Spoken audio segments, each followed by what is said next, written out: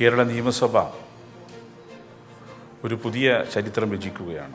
ഇന്ത്യയിൽ ആദ്യമായ ഒരു സംസ്ഥാന നിയമസഭ കോൺസ്റ്റിറ്റ്യുവൻ്റ് അസംബ്ലി ഡിബേറ്റ്സ് മലയാളത്തിലേക്ക് പരിഭാഷ ചെയ്യുകയാണ്. പൊതുപ്രവർത്തകർക്കും ഗവേഷകർക്കും പൊതുജനങ്ങൾക്കും ഇന്ത്യൻ ഭരണഘടനയുടെ രൂപീകരണ വഴികൾ മനസ്സിലാക്കാൻ ഉതകുന്ന ഒന്നാകും ഈ ഭരണഘടനാ അസംബ്ലി ചർച്ചകളുടെ പരിഭാഷ.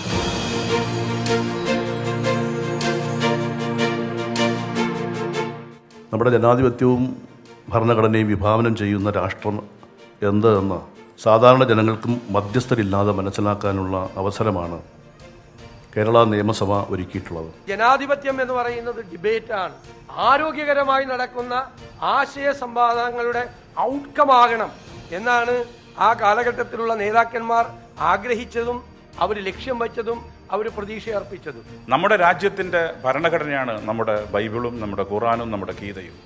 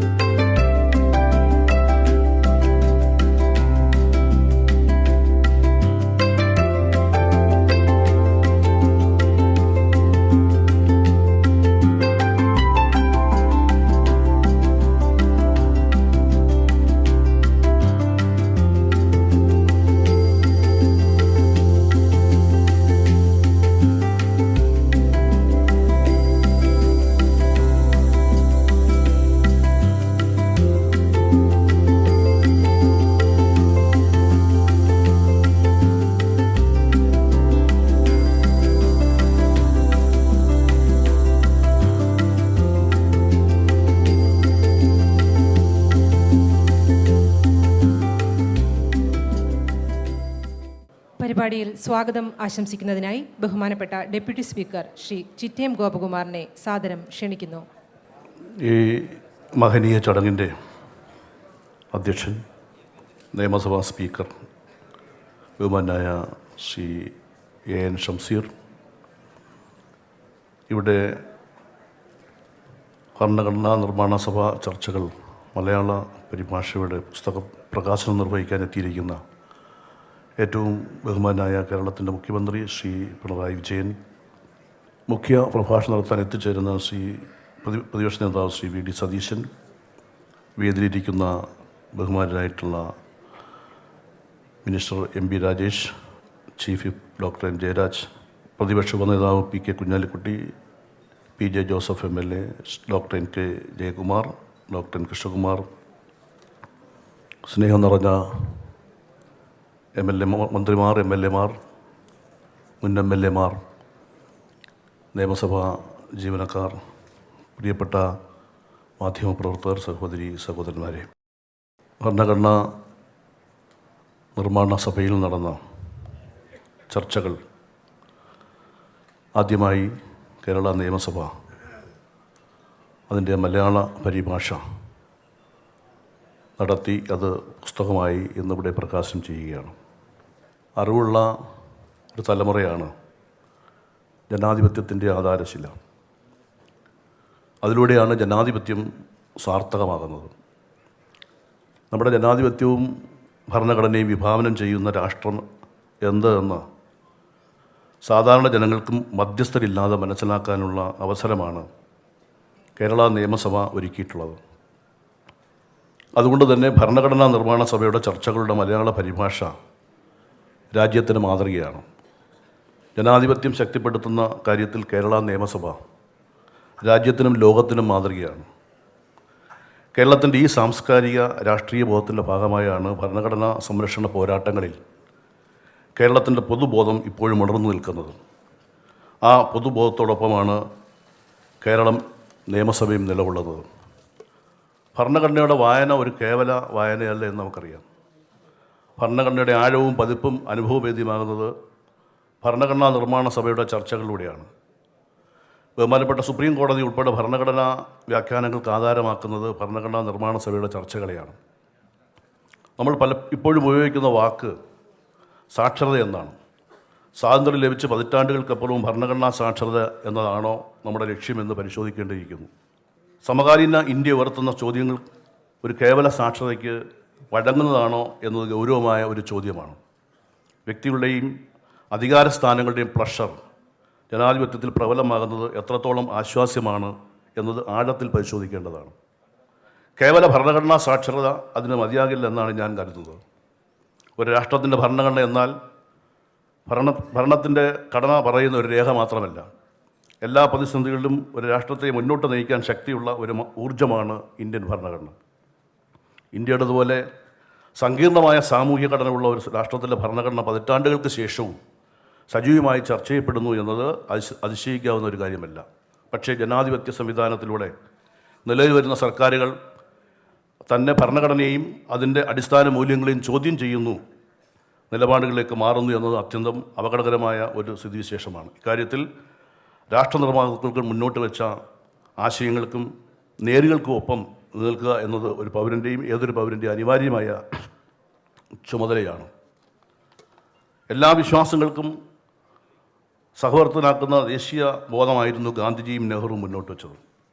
ഈ വീക്ഷണങ്ങൾക്ക് മങ്ങലേൽപ്പിച്ചുകൊണ്ടാണ് രാജ്യം ജനാധിപത്യ വിരുദ്ധതയുടെ മണ്ണായി മാറുന്നത്. പാർലമെൻറ്റ്, നീതിപീഠം, തിരഞ്ഞെടുപ്പ് കമ്മീഷൻ, CBI, എൻഫോഴ്സ്മെൻറ്റ് ഡയറക്ടറേറ്റ് മുതലായ ഓരോ സ്വതന്ത്ര ഭരണഘടനാ സ്ഥാപനങ്ങളും കടന്നാക്രമണങ്ങൾക്ക് വിധേയമാകുന്നു എന്നത് ഈ ഭരണഘടനയെ ദുർബലപ്പെടുത്തുന്നു. ഭരണഘടന ഇന്ത്യൻ റിപ്പബ്ലിക്കിൻ്റെ കാതലാണ്. ദേശീയ പ്രസ്ഥാനത്തിൻ്റെ സ്വപ്ന സാക്ഷാത്കാരമാണ്. ഭരണഘടനാ നിർമ്മാതാക്കൾ ലോകത്തെ മിക്ക ആധുനിക ഭരണഘടനകളും പരിശോധിച്ചാണ് നമ്മുടെ ഭരണഘടനയ്ക്ക് രൂപം നൽകിയത്. രാജ്യത്തെ പൗരന്മാരുടെ അവകാശങ്ങളും കർത്തവ്യങ്ങളും വ്യക്തമാക്കുന്ന മൗലിക അവകാശങ്ങളും നിർദ്ദേശ തത്വങ്ങളും അടങ്ങുന്നതാണ് നമ്മുടെ ഭരണഘടന. ഭരണഘടനയുടെ നിർദ്ദേശ തത്വങ്ങളും മൗലിക അവകാശങ്ങളും ചോദ്യം ചെയ്യപ്പെടുന്ന അവസ്ഥ ഇന്ന് ഉണ്ടായിക്കൊണ്ടിരിക്കുകയാണ്. രാഷ്ട്രത്തിൻ്റെ അടിസ്ഥാന തത്വങ്ങൾ വെല്ലുവിളി നേരിക്കൊണ്ടിരിക്കുന്നു. ഇന്ത്യ ഒരു സ്വതന്ത്ര പരമാധികാര റിപ്പബ്ലിക്കാണ്. ഒരു റിപ്പബ്ലിക്കിൻ്റെ പ്രധാന മൂല്യങ്ങളാണ് ബഹുസ്വരത, നാനാത്വം, മതേതരത്വം എന്നിവ. ഇവയെല്ലാം ഇന്ന് തളർത്തുകയാണ്. ഭരണഘടനാ സംരക്ഷണം നമ്മുടെ അനിവാര്യമായ കർത്തവ്യമാകുകയാണ്. ഭരണഘടനയുടെ അടിസ്ഥാന തത്വങ്ങളെ മതനിരപേക്ഷത, ജനാധിപത്യം, ബഹുസ്വരത എന്നിവയെ ദുർബലപ്പെടുത്തി ജനാധിപത്യത്തെ നോക്കുകുത്തിയാക്കാനുള്ള ശ്രമങ്ങളെ പരിശോധിച്ചേ മതിയാവും. ഭരണഘടനയുടെ വായന, പ്രചാരണം എന്നിവയുടെ ഈ പ്രതിസന്ധി അതിജീവിക്കണം. നമ്മുടെ രാഷ്ട്രീയ ബോധം ഇതിനായി ഉപയോഗപ്പെടുത്തണം. ഭരണഘടനാ നിർമ്മാണ സഭയുടെ ചർച്ചകളുടെ മലയാള പരിഭാഷ എന്ന ശ്രമകരമായ ദൗത്യമാണ് കേരള നിയമസഭ ഏറ്റെടുത്തിരിക്കുന്നത്. ഇതിന് നേതൃത്വം കൊടുക്കുന്ന സ്പീക്കറെയും അതുപോലെ നിയമസഭാ സെക്രട്ടേറിയറ്റിനെയും പ്രത്യേകമായി അഭിനന്ദിച്ചുകൊണ്ട് ഞാൻ എൻ്റെ കർത്തവ്യത്തിലേക്ക് കടക്കുകയാണ്. ഈ ചടങ്ങിന് അധ്യക്ഷത വഹിക്കുന്ന നിയമസഭാ സ്പീക്കർ ശ്രീ AN ഷംസീറിനെ ഈ ചടങ്ങിന് വേണ്ടി പ്രത്യേകമായി ഞാൻ സ്വാഗതം ആശംസിക്കുന്നു. ഈ ചടങ്ങ് ഉദ്ഘാടനം ചെയ്തുകൊണ്ട് പുസ്തകവും പ്രകാശനം നിർവഹിക്കാൻ ഇവിടെ എത്തിയിരിക്കുന്ന കേരളത്തിൻ്റെ ആദരണീയനായ മുഖ്യമന്ത്രി ശ്രീ പിണറായി വിജയൻ അവരുടെ ആദരപൂർവ്വം ഞാൻ സ്വാഗതം ചെയ്യുന്നു. മുഖ്യപ്രഭാഷണം നടത്തുന്ന പ്രതിപക്ഷ നേതാവ് ശ്രീ VD സതീശന് സ്വാഗതം ആശംസിക്കുന്നു. ഇവിടെ ആശംസാ പ്രസംഗം നടത്തുന്ന ബഹുമാനായ തദ്ദേശ സ്വയംഭരണ എക്സൈസ് വകുപ്പ് മന്ത്രി ശ്രീ MB രാജേഷിന് സ്വാഗതം ആശംസിക്കുന്നു. Government chief whip doctor N ജയരാജന് സ്വാഗതം ആശംസിക്കുന്നു. ബഹുമാനപ്പെട്ട പ്രതിപക്ഷ ഉപനേതാവ് ശ്രീ PK കുഞ്ഞാലിക്കുട്ടിയെ സ്വാഗതം ആശംസിക്കുന്നു. ബഹുമാനപ്പെട്ട PJ ജോസഫ് MLA സ്വാഗതം ആശംസിക്കുന്നു. ഭരണഘടനാ നിർമ്മാണ സഭ ചർച്ചകളുടെ മലയാള പരിഭാഷ പ്രോജക്റ്റ് വിദഗ്ധ സമിതി ചെയർപേഴ്സൺ ഡോക്ടർ NK ജയകുമാറിന് സ്വാഗതം ആശംസിക്കുന്നു. കൃതജ്ഞത അറിയിക്കുന്ന നിയമസഭാ സെക്രട്ടറി ഡോക്ടർ എൻ കൃഷ്ണകുമാറിന് സ്വാഗതം ആശംസിക്കുന്നു. ഇവിടെ എത്തിച്ചേരുമെന്ന് പ്രതീക്ഷിക്കുന്ന ബഹുമാനായ റവന്യൂ വകുപ്പ് മന്ത്രി ശ്രീ കെ എൻ രാജൻ, ബഹുമാനായ ധനകാര്യ വകുപ്പ് മന്ത്രി ശ്രീ കെ എൻ ബാലഗോപാൽ, ബഹുമാനായ വ്യവസായവും നിയമവും വകുപ്പ് മന്ത്രി ശ്രീ പി രാജീവ് എന്നിവരെയും സ്വാഗതം ആശംസിക്കുന്നു. ഈ ചടങ്ങിൽ പങ്കെടുത്തുകൊണ്ടിരിക്കുന്ന ബഹുമാനായ മന്ത്രിമാർ, MLA മാർ, മുൻ MLA മാർ, അതുപോലെ തന്നെ മാധ്യമപ്രവർത്തകർ, നിയമസഭാ ജീവനക്കാർ മുഴുവൻ പേരെയും ഈ ചടങ്ങിന് വേണ്ടി സ്വാഗതം ആശംസിച്ചുകൊണ്ട് ഞാൻ വാക്കുകൾ അവസാനിപ്പിക്കുന്നു. നന്ദി, നമസ്കാരം. നന്ദി സാർ. അധ്യക്ഷ പ്രസംഗത്തിനായി ബഹുമാനപ്പെട്ട സ്പീക്കർ ശ്രീ AN ഷംസീറിനെ ആദരപൂർവ്വം ക്ഷണിക്കുന്നു.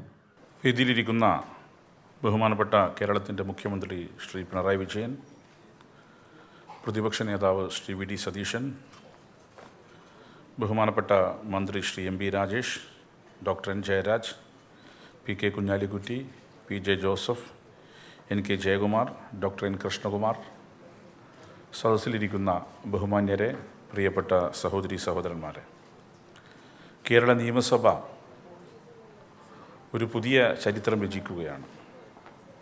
അത് ഇന്ത്യയിൽ ആദ്യമായ ഒരു സംസ്ഥാന നിയമസഭ കോൺസ്റ്റിറ്റ്യുവൻ്റ് അസംബ്ലി ഡിബേറ്റ്സ് മലയാളത്തിലേക്ക് പരിഭാഷ ചെയ്യുകയാണ്. മലയാളത്തിലേക്ക് പരിഭാഷ ചെയ്യുന്ന 12 വോളിയങ്ങളടങ്ങുന്ന കോൺസ്റ്റിറ്റ്യുവൻ്റ് അസംബ്ലി ഡിബേറ്റ്സിൻ്റെ 1-ാം വോളിയമാണ് ബഹുമാനപ്പെട്ട മുഖ്യമന്ത്രി ശ്രീ പിണറായി വിജയൻ ഇവിടെ പ്രകാശനം ചെയ്യുന്നത്. എൻ്റെ മുൻഗാമിയായി 15ാമത് കേരള നിയമസഭയിൽ സ്പീക്കറായ ശ്രീ MB രാജേഷാണ് ഈ പദ്ധതിക്ക് തുടക്കം കുറിച്ചത്. അദ്ദേഹത്തിൻ്റെ നേതൃത്വത്തിൽ ആരംഭിച്ച പ്രവർത്തനം പിന്നീട് സ്പീക്കറായി വന്ന ഞാൻ ഉൾപ്പെടുന്ന ആ ടീം ഏറ്റെടുത്ത് അതിന്ന് യാഥാർത്ഥ്യമാക്കുകയാണ്. ഇന്ത്യൻ ഭരണഘടന ലോകത്തെ ഏറ്റവും വലിയ എഴുതപ്പെട്ട ഭരണഘടനയാണ്. ലെങ്തിയസ്റ്റ് റിട്ടൺ കോൺസ്റ്റിറ്റ്യൂഷൻ എന്നാണ്. ലോകത്തിൻ്റെ പല ഭാഗങ്ങളിലെയും ജനാധിപത്യ രാഷ്ട്രങ്ങളിൽ നിന്ന് ഉൾക്കൊള്ളാൻ സാധിക്കുന്ന നല്ല ഭാഗങ്ങൾ ഉൾപ്പെടുത്തിക്കൊണ്ടാണ് കോൺസ്റ്റിറ്റ്യുവൻ്റ് അസംബ്ലി ഈ രാജ്യത്തിൻ്റെ ഭരണഘടന ഉണ്ടാക്കിയത്. സ്വാഗത ഭാഷങ്ങളിൽ പരാമർശിച്ചു. ആ ഭരണഘടന അട്ടിമറിക്കപ്പെടാൻ ആസൂത്രിതമായ ശ്രമം നടക്കുന്ന വർത്തമാനകാല ഇന്ത്യയിൽ എന്തായിരുന്നു ഇന്ത്യൻ ഭരണഘടന, എന്തായിരുന്നു ഇന്ത്യൻ ഭരണഘടന വിഭാവനം ചെയ്യുന്നത് തുടങ്ങിയ കാര്യങ്ങൾ ഈ രാജ്യത്തെ ജനങ്ങളെ ഓർമ്മപ്പെടുത്താനും കേരളത്തിലേക്ക് എത്തുമ്പം രാഷ്ട്രീയ വിദ്യാർത്ഥികളെയും റിസർച്ചേഴ്സിനും ഭാവിയിൽ ഉപകാരപ്രദമാകുന്ന റഫറൽ ഗ്രന്ഥമാക്കി മാറ്റാനുമാണ് ഞങ്ങൾ ഇതിലൂടെ ശ്രമിക്കുന്നത്. ഈ രാജ്യത്തിൻ്റെ ഭരണഘടന കോൺസ്റ്റിറ്റ്യുവൻ്റ് അസംബ്ലിയിൽ ഡിബേറ്റ് ചെയ്യപ്പെടുമ്പം വളരെയധികം വാദപ്രതിവാദങ്ങൾക്കും സംവാദങ്ങൾക്കും ഒടുവിലാണ് ഈ രാജ്യത്തിൻ്റെ ഭരണഘടന ഉണ്ടായത്. അതുമാത്രമല്ല, കോൺസ്റ്റിറ്റ്യുവൻ്റ് അസംബ്ലിയിൽ ന്യൂനപക്ഷത്തിൻ്റെ അഭിപ്രായങ്ങൾ കൂടി കേട്ടിരുന്നു. കോൺസ്റ്റിറ്റ്യുവൻ്റ് അസംബ്ലിക്കകത്ത് അംഗങ്ങളെക്കുറിച്ച് വിമർശനങ്ങളുണ്ടായിരുന്നു. അത് 1935 ബ്രിട്ടീഷ് ഇന്ത്യയിൽ ഗവൺമെൻറ് ഓഫ് ഇന്ത്യ ഈ നിയമം ഉണ്ടാക്കി പാസ്സാക്കുമ്പം അത് ഇന്ത്യയിലെ എല്ലാ വിഭാഗം ജനങ്ങളെയും ഉൾപ്പെടുന്ന കോൺസ്റ്റിറ്റ്യുവൻ്റ് അസംബ്ലി ആയിരുന്നില്ല, വിമർശനമായിരുന്നു. പക്ഷേ അത് ഈ രാജ്യത്തെ എല്ലാ വിഭാഗങ്ങളുടെയും താല്പര്യങ്ങൾ സംരക്ഷിച്ചുകൊണ്ടായിരുന്നു ഈ രാജ്യത്തിൻ്റെ ഭരണഘടന ഉണ്ടാക്കിയത്. കോൺസ്റ്റിറ്റ്യുവൻ്റ് അസംബ്ലിയിൽ ഒരു കമ്മ്യൂണിസ്റ്റുകാരൻ മാത്രമേ ഉണ്ടായിരുന്നുള്ളൂ, അത് സോംനാഥ് ലാഹിരിയായിരുന്നു.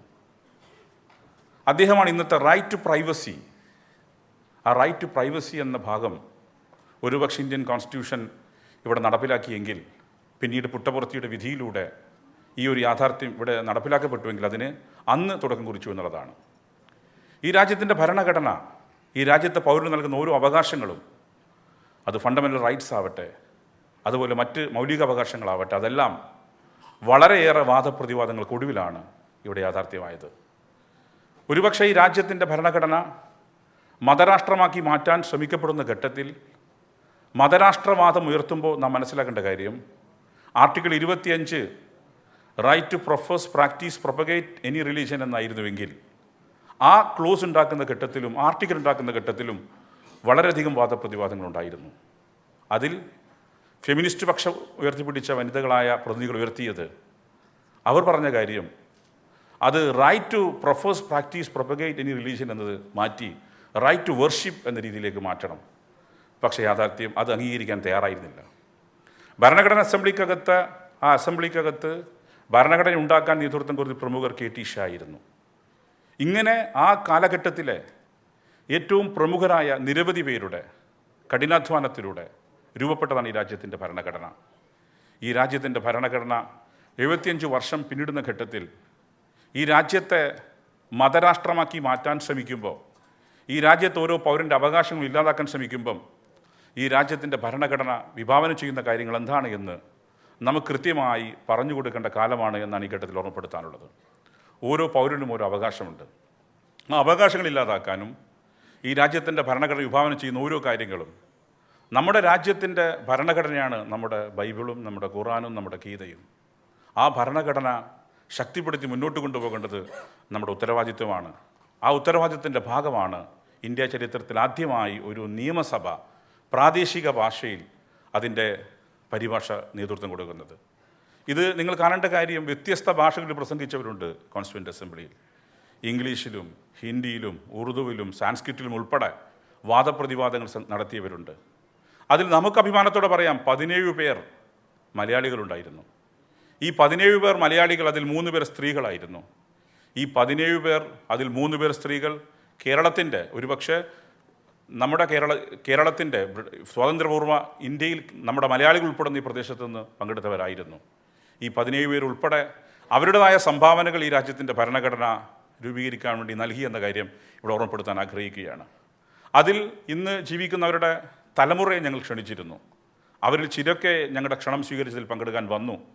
കാരണം അവരുടെ ആ കാലഘട്ടത്തിൽ ഈ രാജ്യത്തിൻ്റെ ഭരണഘടന രൂപീകരിക്കാൻ മുൻകൈയെടുത്തവരെ, അവരോട് നാം കാണിക്കുന്ന ആദരവെന്ന നിലക്ക് അവരുടെ കുടുംബാംഗങ്ങളെ ഞങ്ങൾ ഈ പരിപാടിയിൽ ക്ഷണിച്ചിരുന്നു. ചിലർ ഞങ്ങളുടെ ക്ഷണം സ്വീകരിച്ചതിൽ പങ്കെടുത്തുവെന്ന് ഞങ്ങൾ സന്തോഷകരമായി ഇവിടെ അറിയിക്കാൻ ആഗ്രഹിക്കുകയാണ്. മറ്റ് വിശദാംശങ്ങളിലൂടെ പ്രസംഗിക്കാൻ ഉദ്ദേശിക്കുന്നില്ല. ഏതായാലും ഈ രാജ്യത്തിൻ്റെ ഭരണഘടന സംരക്ഷിക്കുക എന്നുള്ളത് നമ്മുടെ ഓരോരുത്തരുടെയും ഉത്തരവാദിത്വമാണ് എന്ന് മാത്രം പറഞ്ഞ്, ഭരണഘടന നിർവഹണത്തിൻ്റെ 75 വർഷം പിന്നിടുന്ന ഈ ഘട്ടത്തിൽ ഈ പൊതുസമ്മേളനം, പുസ്തക പ്രകാശന ചടങ്ങ് ഉദ്ഘാടനം ചെയ്യാൻ എത്തിയിരിക്കുന്നത് കേരളത്തിൻ്റെ പ്രിയപ്പെട്ട മുഖ്യമന്ത്രി ശ്രീ പിണറായി വിജയനാണ്. വളരെ സ്നേഹപൂർവ്വം ഈ പുസ്തക പ്രകാശന ചടങ്ങ് ഉദ്ഘാടനം ചെയ്യാൻ അദ്ദേഹത്തെ ക്ഷണിക്കുന്നു. അതിനുശേഷം അദ്ദേഹം പുസ്തക പ്രകാശന ചടങ്ങ് നിർവഹിക്കും. ആദ്യമായി പ്രസംഗിക്കാൻ കേരളത്തിൻ്റെ പ്രിയപ്പെട്ട മുഖ്യമന്ത്രി ശ്രീ പിണറായി വിജയനെ ഞാൻ സ്നേഹപൂർവ്വം ക്ഷണിക്കുകയാണ്. ബഹുമാന്യരെ, സഹോദരീ സഹോദരന്മാർ, ഭരണഘടനാ അസംബ്ലി ചർച്ചകളുടെ മലയാള പരിഭാഷയാണ് ഇന്ന് പ്രസിദ്ധീകരിക്കുന്നത്. ഈ ഉദ്യമത്തിന് പിന്നിൽ പ്രവർത്തിച്ച എല്ലാവരെയും ആദ്യമേ തന്നെ അഭിനന്ദിക്കട്ടെ. ഇതോടൊപ്പം വജ്രകാന്തിയിൽ 14-ാം കേരള നിയമസഭ കേരളം പാസാക്കിയ നിയമങ്ങൾ, പ്രഭാവ പഠനങ്ങൾ വാള്യം 2, ബജറ്റ് പ്രസംഗങ്ങൾ വാല്യം 1ഉം 2ഉം, സഭാധ്യക്ഷൻ്റെ റൂളിങ്ങുകളും തീരുമാനങ്ങളും, ഇത്രയും പുസ്തകങ്ങളും ഇന്നിവിടെ പ്രകാശനം ചെയ്യപ്പെടുന്നുണ്ട്. നമ്മുടെ കേരള നിയമസഭ പുരോഗമനപരവും വിപ്ലവാത്മകവുമായ അനേകം നിയമനിർമ്മാണങ്ങൾക്ക് വേദിയായിട്ടുണ്ട്. മറ്റ് സംസ്ഥാനങ്ങളുമായി തട്ടിച്ചു നോക്കിയാൽ കേരള നിയമസഭ ഈ കാലയളവിൽ പാസാക്കിയ പല നിയമങ്ങളും സംസ്ഥാനത്തിൻ്റെ സാമൂഹിക, സാമ്പത്തിക, രാഷ്ട്രീയ മണ്ഡലങ്ങളിലും ജനജീവിതത്തിലും ദൂരവ്യാപകമായ ഫലങ്ങൾ സൃഷ്ടിച്ചിട്ടുണ്ട്. ഈ നിയമങ്ങളുടെ ചുവട് പിടിച്ച് മറ്റ് സംസ്ഥാനങ്ങൾ മാത്രമല്ല, കേന്ദ്ര സർക്കാർ പോലും നിയമങ്ങൾ കൊണ്ടുവന്നിട്ടുണ്ട് എന്നത് കേരളത്തിന് അഭിമാനിക്കാൻ വക നൽകുന്നു. അതെല്ലാം രേഖപ്പെടുത്തുന്നതാവും ഇന്നിവിടെ പ്രകാശനം ചെയ്യപ്പെടുന്ന ഈ 4 പുസ്തകങ്ങളും. നിയമസഭയിൽ 25 വർഷം പൂർത്തിയാക്കുന്ന നിയമസഭാ സാമാജികർ, മുതിർന്ന മുൻ നിയമസഭാ സെക്രട്ടറിമാർ, മുതിർന്ന മാധ്യമപ്രവർത്തകർ, മുതിർന്ന മുൻ നിയമസഭാ ജീവനക്കാർ എന്നിവരെയും ദേശീയ, അന്തർദേശീയ കായിക മത്സരങ്ങളിൽ പങ്കെടുത്ത് മെഡലുകൾ കരസ്ഥമാക്കിയ മുൻ നിയമസഭാംഗം ശ്രീ MJ ജേക്കബിനെയും ഇവിടെ ആദരിക്കുകയാണ്. ഭരണഘടനാ നിർമ്മാണ ചർച്ചകൾ മലയാളത്തിലേക്ക് പരിഭാഷപ്പെടുത്തിയ വിദഗ്ധ സമിതി ചെയർപേഴ്സണുള്ള പുരസ്കാരവും മാധ്യമ അവാർഡും കലാപുരസ്കാരങ്ങളും മത്സര വിജയികൾക്കുള്ള സമ്മാനങ്ങളും ഇന്നിവിടെ വിതരണം ചെയ്യപ്പെടുന്നുണ്ട്. ഇവരെ എല്ലാവരെയും ഹാർദമായി അഭിനന്ദിക്കട്ടെ.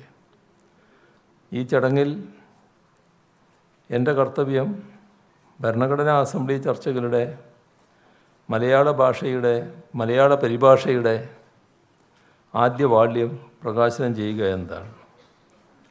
അതുകൊണ്ട് തന്നെ ആ വിഷയത്തിലേക്ക് അല്പം കടക്കേണ്ടതുണ്ട് എന്നാണ് തോന്നുന്നത്. കേരള നിയമസഭയുടെ മാതൃകാപരമായ മുൻകൈയാണ് ഈ പരിഭാഷ. ഭാഷാ സങ്കീർണതകളുടെ തടസ്സമില്ലാതെ പൊതുപ്രവർത്തകർക്കും ഗവേഷകർക്കും പൊതുജനങ്ങൾക്കും ഇന്ത്യൻ ഭരണഘടനയുടെ രൂപീകരണ വഴികൾ മനസ്സിലാക്കാൻ ഉതകുന്ന ഒന്നാകും ഈ ഭരണഘടനാ അസംബ്ലി ചർച്ചകളുടെ പരിഭാഷ. ഭരണഘടനാ നിർമ്മാണ സഭയുടെ 6337 പേജുകളുള്ള ഔദ്യോഗിക റിപ്പോർട്ട് 12 വാല്യങ്ങളിലായി ഇംഗ്ലീഷ്, ഹിന്ദി ഭാഷകളിൽ 1950 പ്രസിദ്ധീകരിച്ചത്. 1946 ഡിസംബർ 9 മുതൽ 1949 നവംബർ 26 ഭരണഘടനയ്ക്ക് അംഗീകാരം നൽകുന്നതുവരെയുള്ള ചർച്ചകളാണ് അതിൽ ഉൾപ്പെടുത്തിയിരുന്നത്. അതിൽ ആദ്യ വാല്യത്തിൻ്റെ പരിഭാഷയാണ് ഇന്നിവിടെ പ്രസിദ്ധീകരിക്കുന്നത്. ലോകത്തെ തന്നെ ഏറ്റവും വലിയ ഭരണഘടനയാണ് നമ്മുടേത്. അതിൻ്റെ ഇംഗ്ലീഷ് കോപ്പിയിൽ 1,17,369 വാക്കുകളാണുള്ളത്. എന്നാൽ ഈ വലിപ്പത്തിലേക്കും ഗരിമയിലേക്കും നമ്മുടെ ഭരണഘടന എത്തിച്ചേർന്നത് എങ്ങനെയാണ്?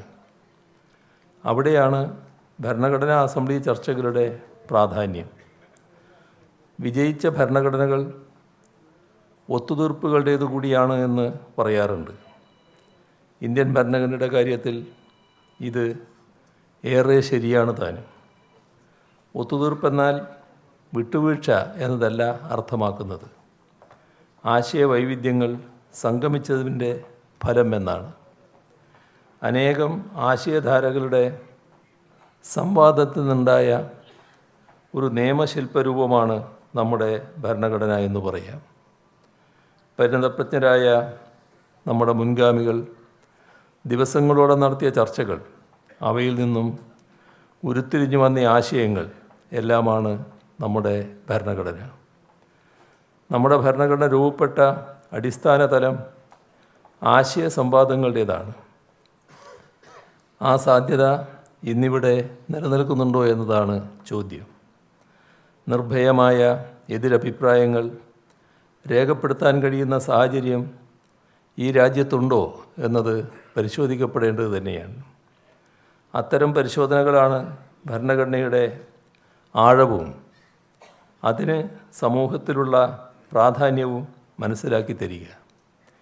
അഭിപ്രായ സ്വാതന്ത്ര്യത്തിന് തന്നെ കൂച്ചുവിലങ്ങിടപ്പെട്ടാൽ പിന്നെ എവിടെയാണ് ഭരണഘടനാപരമായ മറ്റ് അവകാശങ്ങൾക്ക് പ്രസക്തി? ഇന്നത്തെ കാലത്ത് എന്തുകൊണ്ടും പ്രാധാന്യമർഹിക്കുന്ന ഒന്നാണ് ഭരണഘടനാ വിദ്യാഭ്യാസം. എന്തുകൊണ്ടെന്നാൽ ഭരണഘടന നമുക്ക് നൽകുന്ന അവകാശങ്ങളെക്കുറിച്ച് വ്യക്തതയില്ലാത്തവരാണ് സമൂഹത്തിലെ ഭൂരിപക്ഷവും.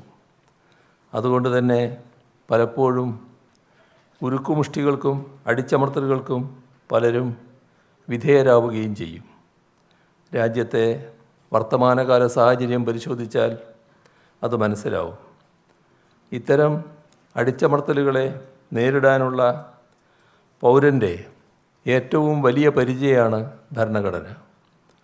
അത് നൽകുന്ന അവകാശങ്ങൾ കൃത്യമായി അറിയുന്നവർക്ക് മാത്രമേ ആ അവകാശങ്ങളുടെ നിഷേധത്തിനെതിരെ അർത്ഥപൂർണമായി ഭരണഘടനയെ ഉപയോഗിക്കുവാൻ സാധിക്കുകയുള്ളൂ. ആ സാധ്യത സാധാരണ ജനങ്ങൾക്കാകെ പ്രാപ്തമാക്കുന്നതിന് സഹായിക്കുമെന്നതാണ് ഈ പരിഭാഷയുടെ ഏറ്റവും വലിയ പ്രസക്തി.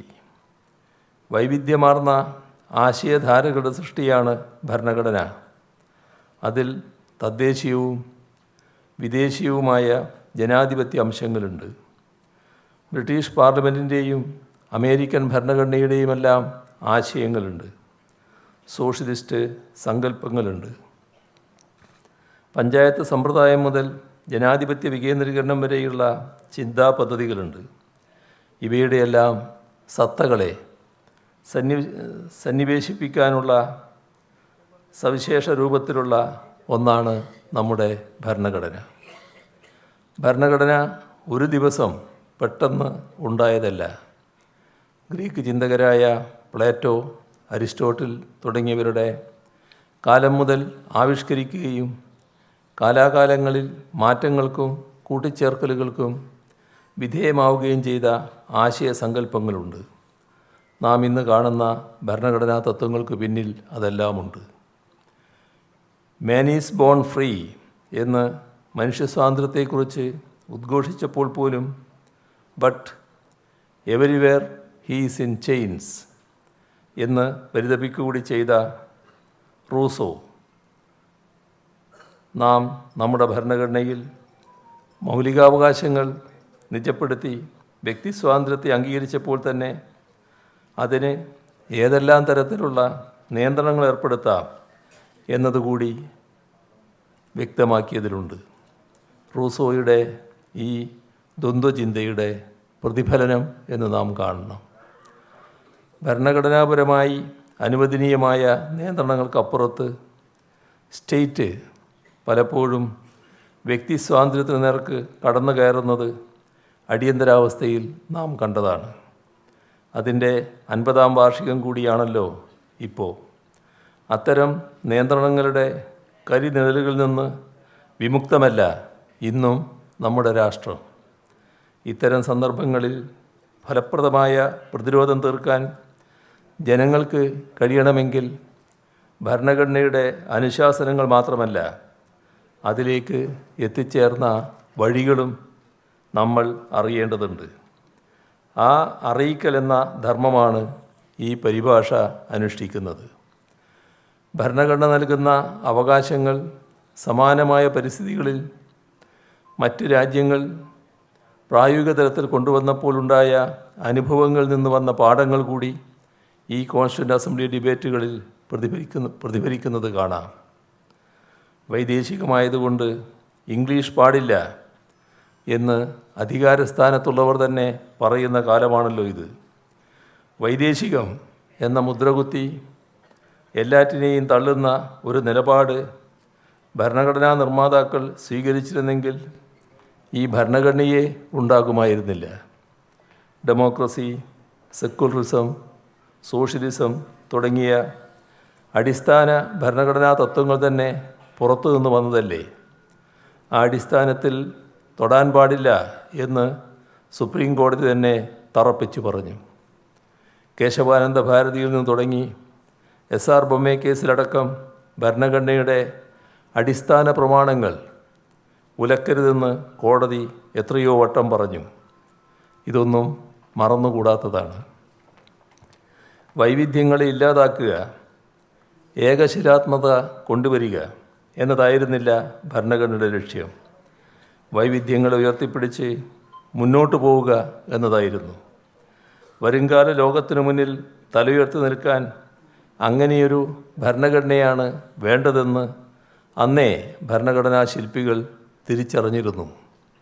ആ തിരിച്ചറിവിലേക്ക് ഭരണഘടനാ അസംബ്ലി എത്തിച്ചേർന്നത് എങ്ങനെയെന്ന് വെളിപ്പെടുത്തുന്നത് കൂടിയാണ് ഭരണഘടനാ അസംബ്ലി ചർച്ചകൾ.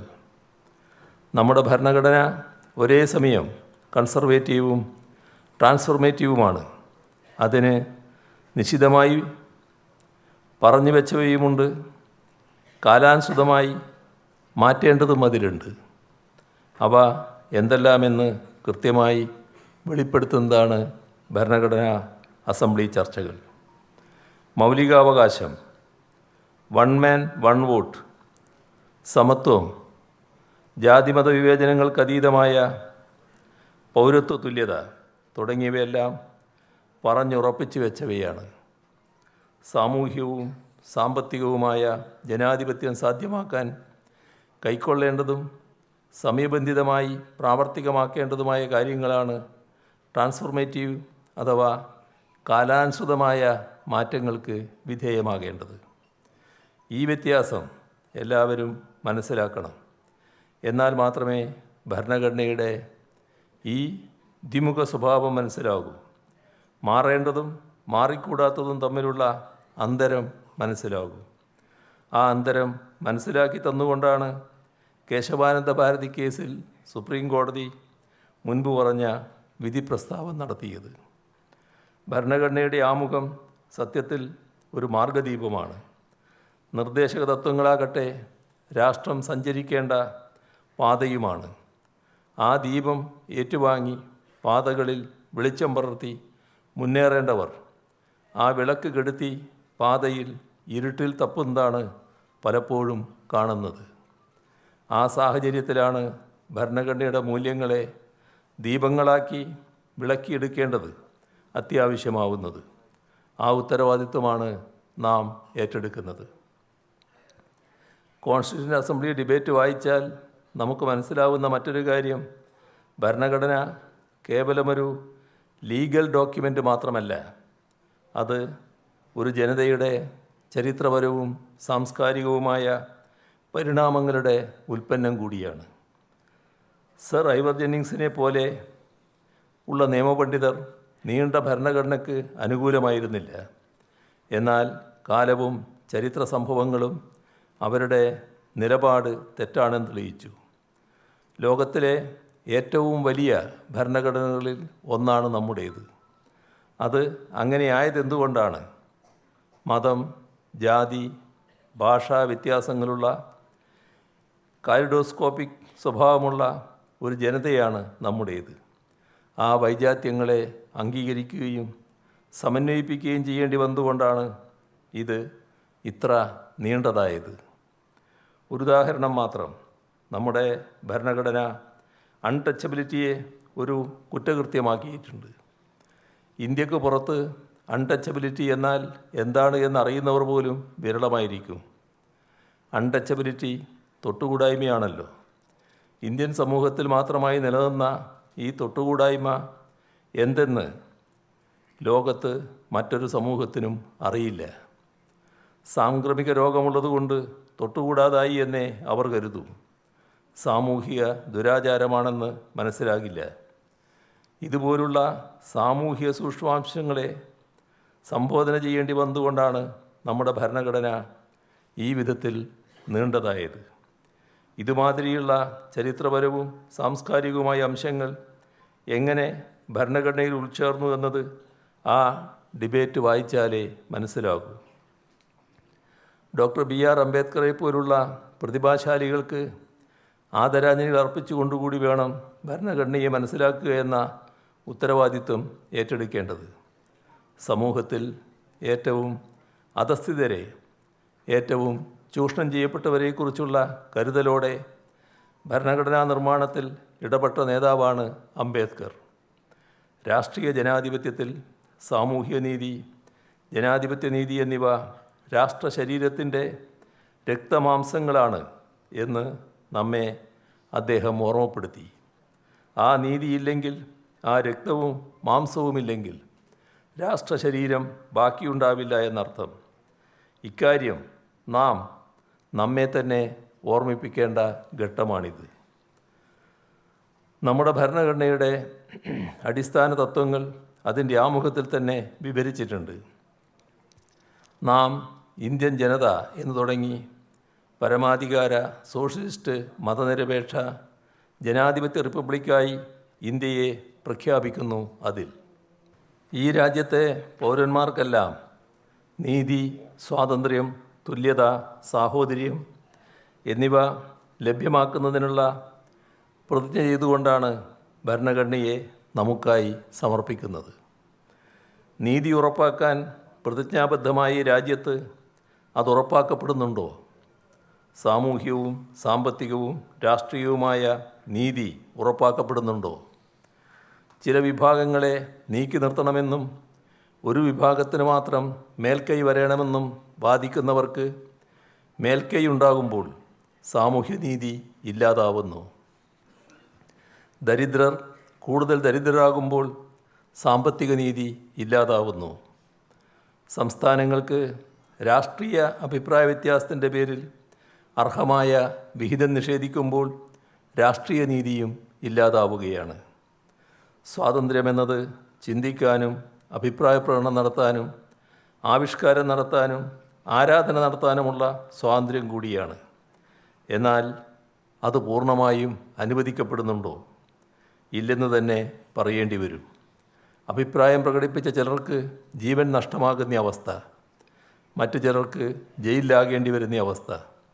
അതിന് ഉപയോഗിക്കപ്പെടുന്നതോ ബ്രിട്ടീഷുകാർ നമ്മുടെ സ്വാതന്ത്ര്യ സമര സേനാനികൾക്ക് നേരെ ഉപയോഗിച്ച അതേ കരിനിയമ വ്യവസ്ഥകളും. ആരാധനാ സ്വാതന്ത്ര്യം തന്നെ രാജ്യത്ത് പലയിടത്തും നിഷേധിക്കപ്പെടുന്ന സ്ഥിതി ഉണ്ടാവുകയാണ്. അതിൻ്റെ വാർത്തകളാൽ മുഖരമാണ് രാജ്യത്തെ അന്തരീക്ഷം. സോഷ്യലിസത്തെക്കുറിച്ച് നമ്മുടെ ഭരണഘടന പറയുന്നു. എന്നാൽ സോഷ്യലിസ്റ്റ് നയങ്ങൾക്ക് പകരം നടപ്പാക്കപ്പെടുന്നത് മുതലാളിത്ത നയങ്ങൾ. പൊതുമേഖല വിറ്റഴിക്കലും കോർപ്പറേറ്റ് നികുതി ഇളവ് നൽകലും തൊഴിൽ സമയം മുതലാളിക്ക് തോന്നുന്ന പോലെ മാറ്റുന്നതിനുള്ള അധികാരം നൽകലും എല്ലാം നടക്കുന്നുണ്ട്. ഇത്തരത്തിൽ ഭരണഘടനയുടെ അടിസ്ഥാന തത്വങ്ങൾ തന്നെ ഭരണഘടനാപരമായി നിലവിൽ വന്ന സർക്കാരുകൾ വ്യതിചലിക്കുമ്പോൾ ഓരോ ആർട്ടിക്കിളിലേക്കും നമ്മുടെ ഭരണഘടനാ അസംബ്ലി എത്തിച്ചേർന്നെങ്ങനെയെന്ന് പരിശോധിക്കുന്നത് ഉചിതമാകും. മതനിരപേക്ഷത, പൗരത്വം, സംസ്ഥാനങ്ങളുടെ പദവി, പ്രസിഡൻഷ്യൽ ഭരണരീതി എന്നിങ്ങനെയുള്ള വിഷയങ്ങൾ നമ്മുടെ ഭരണഘടനാ ശില്പികൾ ചർച്ച ചെയ്തിരുന്നു. അതിലോരോന്നിലും അവർ തീരുമാനങ്ങളിൽ എത്തിച്ചേർന്നത് എങ്ങനെ? ഇതെല്ലാം പൊതുജനങ്ങൾക്ക് മനസ്സിലാക്കാം. ഇന്ന് ഉയർന്നു വരുന്ന പ്രതിലോമകരവും ജനാധിപത്യ വിരുദ്ധവും വിവേചനാധിഷ്ഠിതവുമായ പല അഭിപ്രായങ്ങളും നേരത്തെ തന്നെ ഭരണഘടനാ നിർമ്മാതാക്കൾ സൂക്ഷ്മമായും സമഗ്രമായും ചർച്ച ചെയ്ത് തള്ളിക്കളഞ്ഞവയാണെന്നും കോൺസ്റ്റിറ്റ്യൂഷൻ അസംബ്ലി ഡിബേറ്റ്സ് വായിക്കുമ്പോൾ മനസ്സിലാകും. മതനിരപേക്ഷതയുടെ കാര്യമെടുക്കുക. ഇന്ത്യ പോലെ നിരവധി മതങ്ങൾ നിറഞ്ഞ ഒരു രാജ്യത്ത് മതനിരപേക്ഷതയെക്കുറിച്ചല്ലാതെ മറ്റൊന്നിനെക്കുറിച്ച് ആലോചിക്കാനേ ആവില്ല എന്ന് കരുതുന്നവരുണ്ട്. മറിച്ച് മതരാഷ്ട്രമായി, അതും ഹിന്ദുമതരാഷ്ട്രമാവുകയാണ് വേണ്ടത് എന്നും അതിൻ്റെ അടിസ്ഥാനത്തിൽ മതനിരപേക്ഷത എന്ന അടിസ്ഥാന തത്വം തന്നെ ഭരണഘടനയിൽ നിന്നും നീക്കം ചെയ്യണമെന്നും പറയുന്നവരുമുണ്ട്. എന്നാൽ എന്തായിരുന്നു ഇത് സംബന്ധിച്ച് സമിതിയിൽ ഉയർന്നു വന്ന ചർച്ചകൾ? ഭരണഘടനാ അസംബ്ലിയിലെ ചർച്ചകളിൽ മതനിരപേക്ഷതയെ സംബന്ധിച്ച് 3 കാഴ്ചപ്പാടുകൾ ഏറ്റുമുട്ടുന്നുണ്ട്. ആദ്യത്തേത് മതം ഭരണ സംവിധാനങ്ങളെ നിയന്ത്രിക്കുന്ന നില വേണ്ട എന്നതാണ്. ഗാന്ധിജി നേരത്തെ തന്നെ ഈ ആശയം മുന്നോട്ട് വച്ചതാണ്. HV കാമത്തിനെ പോലുള്ളവർ ഇതിനായി ശക്തിയുക്തം വാദിച്ചു. ഭരണ സംവിധാനങ്ങൾ മതവിശ്വാസത്തിൽ ഇടപെടരുത് എന്നാണ് മറ്റൊരു വാദം. എല്ലാ മതങ്ങളോടും തുല്യ ആദരവ് എന്നതായിരുന്നു മൂന്നാമത്തേത്. ഏതെങ്കിലും ഒരു മതത്തെ ഔദ്യോഗികമായി പ്രഖ്യാപിക്കാതെ, ഒരു മതത്തെയും പ്രത്യേകമായി പ്രോത്സാഹിപ്പിക്കാതെ, മതാടിസ്ഥാനത്തിൽ ആർക്കും പ്രത്യേക പരിഗണന നൽകാതെ നിലനിൽക്കുന്ന ഒരു രാഷ്ട്രസങ്കല്പമാണ് മറ്റു ചിലർ മുന്നോട്ട് വച്ചത്. രാഷ്ട്രീയവും മതവും പരസ്പരം കലർത്താതെ വേർതിരിച്ച് മുന്നോട്ട് പോകണം എന്ന് ഇനിയും ഒരു കൂട്ടർ വാദിച്ചു. എന്നാൽ അതിനെ ദുർബലപ്പെടുത്താനുള്ള ശ്രമങ്ങൾ ഉണ്ടാവുകയാണ്. അതിനെ പ്രതിരോധിക്കാൻ ഭരണഘടനാ സമിതിയിൽ നടന്ന ചർച്ചകളെക്കുറിച്ച് ആഴത്തിൽ അറിഞ്ഞിരിക്കേണ്ടത് അനിവാര്യമാണ്. അതുപോലെ തന്നെയാണ് പൗരത്വം സംബന്ധിച്ച് ഉയർന്നു വന്ന ചർച്ചകളും.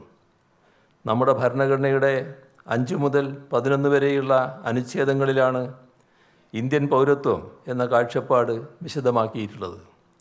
കോൺസ്റ്റിറ്റ്യൂഷൻ അസംബ്ലിയിലെ ചർച്ചകളിൽ ഭരണഘടനാ നിർമ്മാതാക്കൾ ഇക്കാര്യം വളരെ ഗൗരവമായും വിശദമായും ചർച്ച ചെയ്തിട്ടുണ്ട്. എന്നാൽ അതിലെവിടെയും പൗരത്വം നൽകുന്നതിന് മതം ഒരു ഘടകമാക്കണമെന്ന സൂചന പോലുമില്ല. മറിച്ച് അങ്ങനെ ആവരുത് എന്ന കാര്യത്തിൽ കൃത്യമായ വ്യക്തത ഉണ്ട് താനും. ഇന്ത്യ എന്ന രാജ്യത്തോട് കൂറു പുലർത്താൻ തയ്യാറുള്ള ജനങ്ങൾക്ക് പൗരത്വം നൽകുക എന്ന നിലപാടാണ് ആ ചർച്ചകളിലാകെ പ്രതിഫലിച്ച് നിൽക്കുന്നത്. മതത്തിൻ്റെ അടിസ്ഥാനത്തിലുള്ള പൗരത്വം എന്നത് 3/4 നൂറ്റാണ്ടോളം മുൻപ് ചർച്ച ചെയ്ത് തള്ളിക്കളഞ്ഞ ഒന്നാണ്. ആ അഭിപ്രായത്തെയാണ് ഇപ്പോൾ പുനരുജ്ജീവിപ്പിക്കാനുള്ള ശ്രമങ്ങളുണ്ടാവുന്നത്. പൗരത്വ നിയമ ഭേദഗതിയിലും മറ്റും നമ്മൾ കണ്ടതാണ്. ഭരണഘടനാ അസംബ്ലിയിൽ സ്വാഭാവികമായും സംസ്ഥാനങ്ങളുടെ സ്വയംഭരണത്തേക്കാൾ ഇന്ത്യയുടെ ഏകീകൃതമായ രീതിക്ക് ഊന്നൽ നൽകുന്ന ഭരണഘടനാ വ്യവസ്ഥകളാണ് ഉണ്ടായത്. ഇത്തരത്തിൽ അർദ്ധ ഫെഡറൽ രീതിയിലാണ് ഭരണഘടനയിൽ കേന്ദ്ര സംസ്ഥാന ബന്ധങ്ങൾ വിഭാവനം ചെയ്യപ്പെട്ടത്. ധനപരവും സാമ്പത്തികവുമായ അധികാരങ്ങളിൽ കേന്ദ്രത്തിനാണ് ഭരണഘടന മുൻഗണന നൽകിയത്.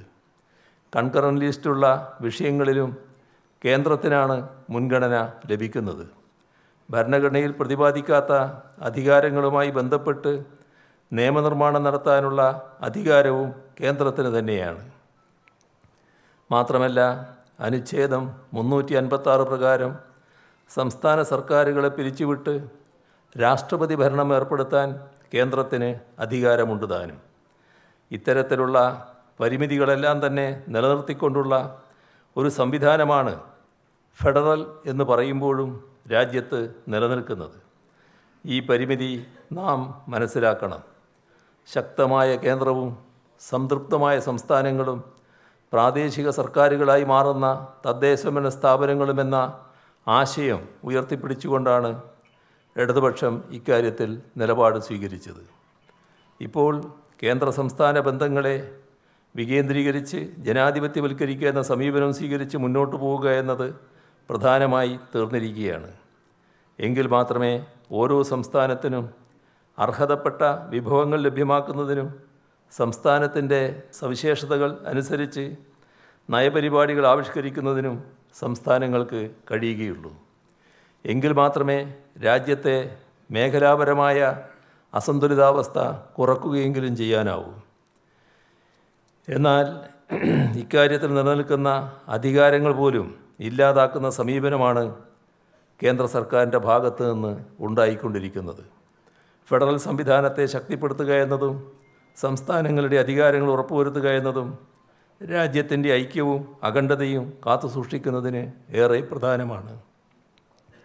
അത് മനസ്സിലാക്കിക്കൊണ്ടുള്ള ഇടപെടലുകളാണ് ഈ ഘട്ടത്തിൽ രാജ്യം ആവശ്യപ്പെടുന്നത്. ലെജിസ്ലേച്ചറിൻ്റെയും എക്സിക്യൂട്ടീവിൻ്റെയും ജുഡീഷ്യറിയുടെയും അധികാര അവകാശങ്ങളും പ്രവർത്തനങ്ങളും കുറിച്ചിടുക മാത്രമല്ല ഇന്ത്യൻ ഭരണഘടന ചെയ്യുന്നത്.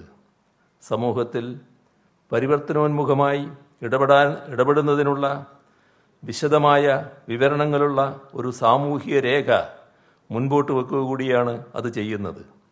ആ വിധത്തിൽ ഭരണഘടനയെ മനസ്സിലാക്കാൻ ഉതകുന്ന ഒന്നാകും ഭരണഘടനാ അസംബ്ലി ചർച്ചകളുടെ ഈ പരിഭാഷ എന്ന് പ്രതീക്ഷിച്ചുകൊണ്ട് സന്തോഷപൂർവ്വം ഇതിൻ്റെ പ്രകാശനം നിർവഹിച്ചതായി അറിയിച്ചുകൊണ്ട് അവസാനിപ്പിക്കുന്നു. നിങ്ങൾക്കെൻ്റെ സ്നേഹാഭിവാദനങ്ങൾ.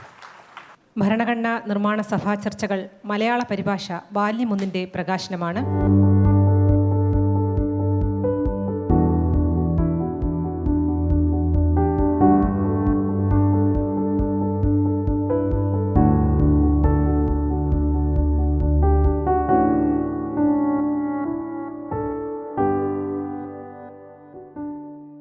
പുസ്തകം പ്രകാശനം ചെയ്യുന്നതിനായി ആദരണീയനായ മുഖ്യമന്ത്രിയെയും ഏറ്റുവാങ്ങുന്നതിനായി ബഹുമാനപ്പെട്ട പ്രതിപക്ഷ നേതാവ് ശ്രീ വി.ഡി. സതീശനെയും ആദരപൂർവ്വം ക്ഷണിക്കുന്നു.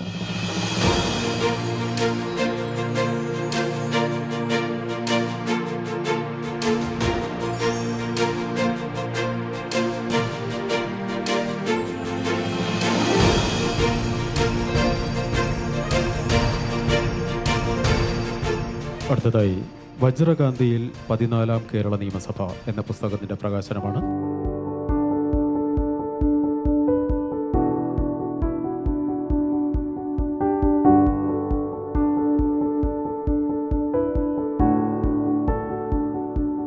പുസ്തകം പ്രകാശനം ചെയ്യുന്നതിനായി ബഹുമാനപ്പെട്ട പ്രതിപക്ഷ നേതാവ് ശ്രീ വി.ഡി. സതീശനെയും ഏറ്റുവാങ്ങുന്നതിനായി ബഹുമാനപ്പെട്ട വനം വന്യജീവി വകുപ്പ് മന്ത്രി ശ്രീ AK ശശീന്ദ്രനെയും ആദരപൂർവ്വം ക്ഷണിക്കുന്നു.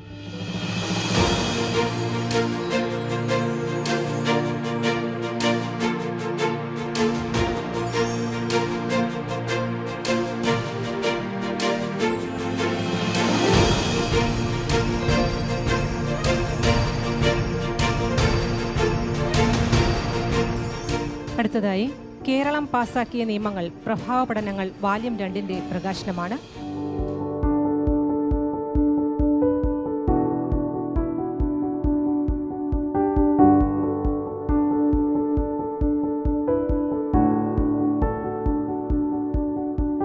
പുസ്തകം പ്രകാശനം ചെയ്യുന്നതിനായി ബഹുമാനപ്പെട്ട റവന്യൂ ഭവന നിർമ്മാണ വകുപ്പ് മന്ത്രി ശ്രീ K. രാജനെയും പുസ്തകം ഏറ്റുവാങ്ങുന്നതിനായി ബഹുമാനപ്പെട്ട പ്രതിപക്ഷ ഉപനേതാവ് ശ്രീ PK കുഞ്ഞാലിക്കുട്ടിയെയും ആദരപൂർവ്വം ക്ഷണിക്കുന്നു.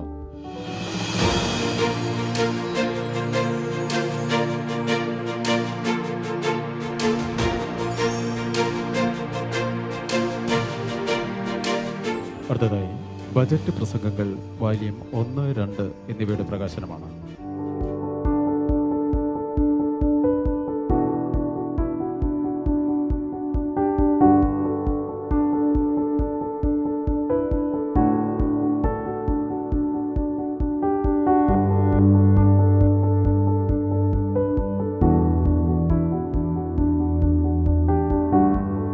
പുസ്തകം പ്രകാശനം ചെയ്യുന്നതിനായി ബഹുമാനപ്പെട്ട ധനകാര്യ വകുപ്പ് മന്ത്രി ശ്രീ KN ബാലഗോപാലിനെയും ഏറ്റുവാങ്ങുന്നതിനായി ബഹുമാനപ്പെട്ട government chief whip doctor N. ജയരാജനെയും ആദരപൂർവ്വം ക്ഷണിക്കുന്നു.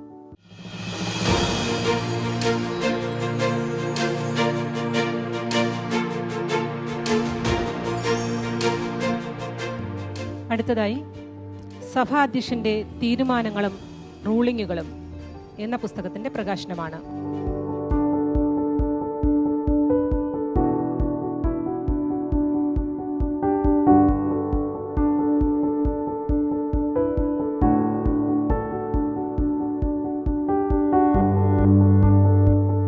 പുസ്തകം പ്രകാശനം ചെയ്യുന്നതിനായി ബഹുമാനപ്പെട്ട തദ്ദേശ സ്വയംഭരണവും എക്സൈസും പാർലമെന്ററി കാര്യവും വകുപ്പ് മന്ത്രി ശ്രീ MB രാജേഷിനെയും ഏറ്റുവാങ്ങുന്നതിനായി ബഹുമാനപ്പെട്ട MLA ശ്രീ PJ ജോസഫിനെയും ആദരപൂർവ്വം ക്ഷണിക്കുന്നു.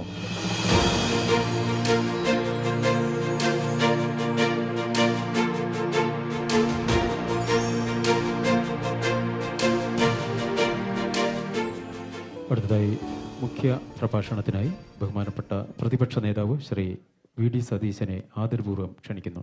ബഹുമാനപ്പെട്ട സ്പീക്കർ, മറ്റ് വിശിഷ്ടാതിഥികൾ, ബഹുമാനരായ സഹോദരങ്ങളെ, സുഹൃത്തുക്കളെ, ഈ പുസ്തക പ്രകാശന സമ്മേളനത്തിൽ സാന്നിധ്യമാകാൻ കഴിഞ്ഞതിൻ്റെ സന്തോഷം ഞാൻ പങ്കുവയ്ക്കുന്നു. ഭരണഘടനാ നിർമ്മാണ സഭയുടെ ചർച്ചകൾ മലയാളത്തിലേക്ക് പരിഭാഷപ്പെടുത്തിയ പ്രധാനപ്പെട്ട പുസ്തകമാണെന്ന് ബഹുമാനപ്പെട്ട മുഖ്യമന്ത്രി ഇവിടെ റിലീസ് ചെയ്തത്. ഇങ്ങനെയൊരു സാഹസികമായ ദൗത്യം അത് ഏറ്റെടുത്ത സ്പീക്കറെയും ലെജിസ്ലേച്ചർ സെക്രട്ടേറിയറ്റിനെയും ഞാൻ പ്രത്യേകമായി ഈ അവസരത്തിൽ അഭിനന്ദിക്കുകയാണ്. ഇന്ത്യയിൽ ആദ്യമായിട്ടാണ് ഒരു പ്രാദേശിക ഭാഷയിലേക്ക് നമ്മുടെ ഭരണഘടനാ assembly proceedings പരിഭാഷപ്പെടുത്തപ്പെടുന്നത്.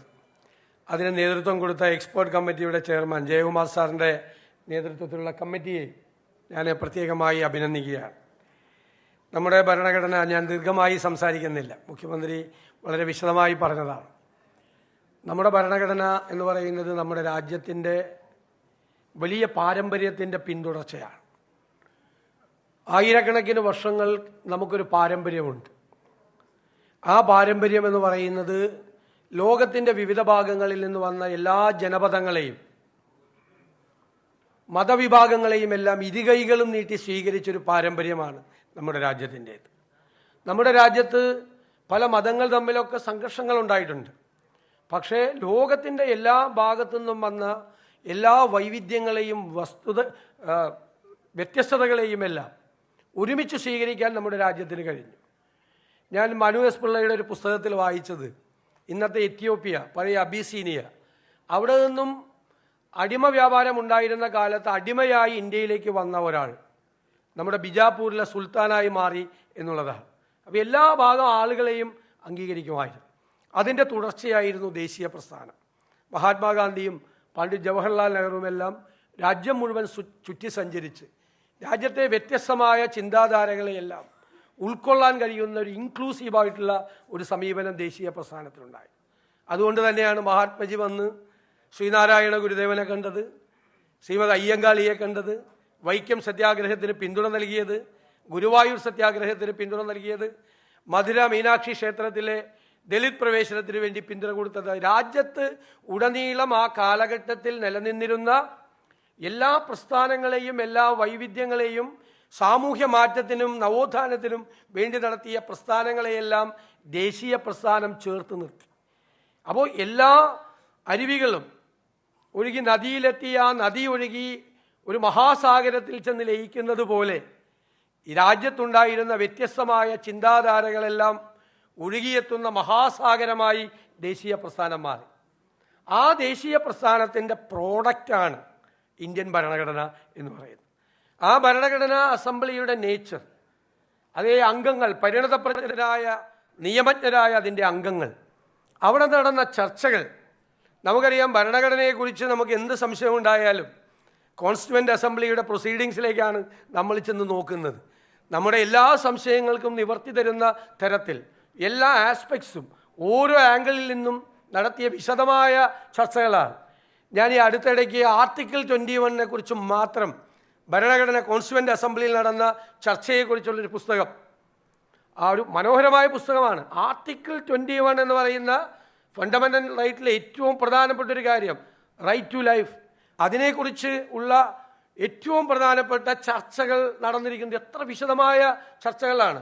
American constitution, British constitution, German constitution ഉൾപ്പെടെയുള്ള ലോകത്തിൽ വിവിധ നാടുകളിലുള്ള ഭരണഘടനയെക്കുറിച്ചൊക്കെ നടന്ന വിശദമായ ചർച്ചകൾക്ക് ശേഷം നമുക്ക് ആ പുസ്തകം വായിക്കുമ്പോൾ റൈറ്റ് ടു ലിവ് എന്ന് പറയുന്നത് വെറും റൈറ്റ് ടു ലിവ് അല്ല, right to live with dignity എന്നാണ് ആർട്ടിക്കിൾ 21 ഉദ്ദേശിക്കുന്നത് എന്ന് വ്യക്തമാവും.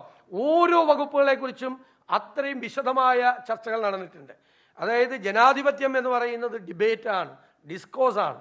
ആരോഗ്യകരമായി നടക്കുന്ന ആശയ സംവാദങ്ങളുടെ ഔട്ട്കം ആകണം, ക്വാളിറ്റേറ്റീവ് ആയിട്ടുള്ള ഔട്ട്കം ആവണം ജനാധിപത്യത്തിൻ്റെ പ്രോഡക്റ്റ് എന്നാണ് ആ കാലഘട്ടത്തിലുള്ള നേതാക്കന്മാർ ആഗ്രഹിച്ചതും അവർ ലക്ഷ്യം വച്ചതും അവർ പ്രതീക്ഷ അർപ്പിച്ചതും. വളരെ രസകരമായ ചർച്ചകൾ നടന്നിട്ടുണ്ട്. ആർട്ടിക്കിൾ 14 ഇക്വാളിറ്റി ബിഫോർ ലോ, എല്ലാവരും നിയമത്തിൻ്റെ മുന്നിൽ തുല്യരാണെന്ന് പറയുന്നു.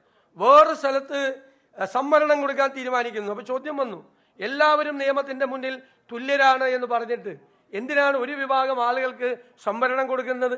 അതിലൊക്കെ പറഞ്ഞ മനോഹരമായ മറുപടിയുണ്ട് അംബേദ്കർ എല്ലാം പോലെ. എല്ലാവരും നിയമത്തിൻ്റെ മുന്നിൽ തുല്യരാകണം എന്ന് പറയുന്നത് ഒരു ഡ്രീം കൂടിയാണ്, ഒരു സ്വപ്നം കൂടിയാണ്.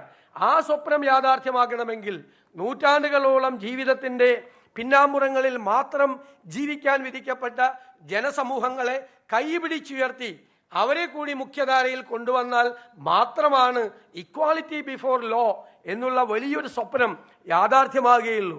മൈനോറിറ്റിക്ക് പ്രത്യേകമായ പ്രൊട്ടക്ഷൻ കൊടുത്തപ്പോൾ ചോദിച്ചു, മൈനോറിറ്റിക്ക് കൊടുക്കുന്ന പ്രൊട്ടക്ഷൻ ആർട്ടിക്കിൾ 14 വിരുദ്ധമല്ലേ എന്നുള്ള ചോദ്യമുയർന്നു കോൺസ്റ്റിറ്റ്യൂവൻ്റ് അസംബ്ലിയിൽ. അതിന് പറഞ്ഞ മറുപടി, ഇന്ന് നമുക്ക് അവരെ കണ്ണിലെ കൃഷ്ണമണി പോലെ കാത്തു സൂക്ഷിക്കാം, പക്ഷേ ഒരു കാലഘട്ടം വന്നേക്കാം ഭൂരിപക്ഷത്തിൻ്റെ മൃഗീയ ആധിപത്യത്തിൻ്റെ മീതെ, അതിൻ്റെ അടിയിൽ ചവിട്ടടിയിൽപ്പെട്ട് ഇന്ത്യയിലെ ന്യൂനപക്ഷം ഒരിക്കലും സങ്കടപ്പെടരുത്, അവരടിച്ചമർത്തപ്പെടരുത്. അപ്പോൾ ദീർഘവീക്ഷണത്തോടു കൂടിയ ഒരു പ്രൊവിഷനാണ് അവരെ പ്രൊട്ടക്ട് ചെയ്യാൻ വേണ്ടി കൊടുത്തത്. അങ്ങനെ വ്യത്യസ്ത fundamental rights, directive principles, central state relations, നേരത്തെ പറഞ്ഞതുപോലുള്ള ബാലൻസ് ഓഫ് പവർ, എക്സിക്യൂട്ടീവും ജുഡീഷ്യറിയും ലെജിസ്ലേച്ചറിൻ്റെയും അതിർത്തികൾ നിശ്ചയിച്ചുകൊണ്ടുള്ള കാര്യങ്ങൾ, ആ സമാനതകളില്ലാത്ത ചർച്ചകളാണ് അവിടെ നടന്നത്. അതുകൊണ്ടാണ് സമാനതകളില്ലാത്ത ഒരു ഭരണഘടന രൂപപ്പെടുത്തിയെടുക്കാൻ നമുക്ക് കഴിഞ്ഞത്. ആ കോൺസ്റ്റിറ്റ്യൂഷണൽ വാല്യൂസ്, അതാണ് നമ്മൾ പ്രൊട്ടക്ട് ചെയ്യപ്പെടേണ്ടത്. ഞാൻ രാഷ്ട്രീയത്തിലേക്ക് കടക്കുന്നില്ല, അത് പ്രൊട്ടക്ട് ചെയ്യപ്പെടണം, ചെയ്തേ മതിയാവും. കോൺസ്റ്റിറ്റ്യൂഷണൽ മൊറാലിറ്റി ഉണ്ട്, ആ മൊറാലിറ്റി സംരക്ഷിക്കപ്പെടണം. അതിന് മഹിതമായ ലക്ഷ്യങ്ങൾ ഉള്ളതാണ്. അത് വിശദമായി വരാനിരിക്കുന്ന തലമുറകൾക്ക്, വിദ്യാർത്ഥികൾക്ക്, രാഷ്ട്രീയ വിദ്യാർത്ഥികൾക്ക്, ഭരണഘടന പഠിക്കുന്നവർക്ക്, നിയമ വിദ്യാർത്ഥികൾക്ക് എല്ലാവർക്കും അനുഭവവേദ്യമാകാൻ വേണ്ടിയിട്ടുള്ള നല്ലൊരു സംരംഭമാണ് അതിനെ പരിഭാഷപ്പെടുത്തിയത് എന്ന് ഒരിക്കൽ കൂടി പറഞ്ഞുകൊണ്ട് മറ്റ് പുസ്തകങ്ങൾ എല്ലാം തീർച്ചയായിട്ടും ലെജിസ്ലേച്ചർ സെക്രട്ടേറിയറ്റിൽ നിന്ന് സ്പീക്കറുടെ നേതൃത്വത്തിൽ മറ്റ് പുസ്തകങ്ങൾ കൂടി, വളരെ പ്രധാനപ്പെട്ട പുസ്തകങ്ങൾ കൂടി ഇന്ന് പ്രസിദ്ധീകരിക്കപ്പെടുകയാണ്. അതിനെ ഒരിക്കൽ കൂടി എല്ലാവരെയും, ഇതിൻ്റെ മുൻകൈയെടുത്ത എല്ലാവരെയും അഭിനന്ദിച്ചുകൊണ്ട് ഞാൻ എൻ്റെ വാക്കുകൾ ചുരുക്കും. അടുത്തതായി ഭരണഘടനാ നിർമ്മാണ സഭയെക്കുറിച്ച് സഭാ TV തയ്യാറാക്കിയ വീഡിയോ പ്രദർശിപ്പിക്കുകയാണ്. സംവാദങ്ങളിലൂടെ സാധ്യമായ ഇന്ത്യൻ ഭരണഘടന.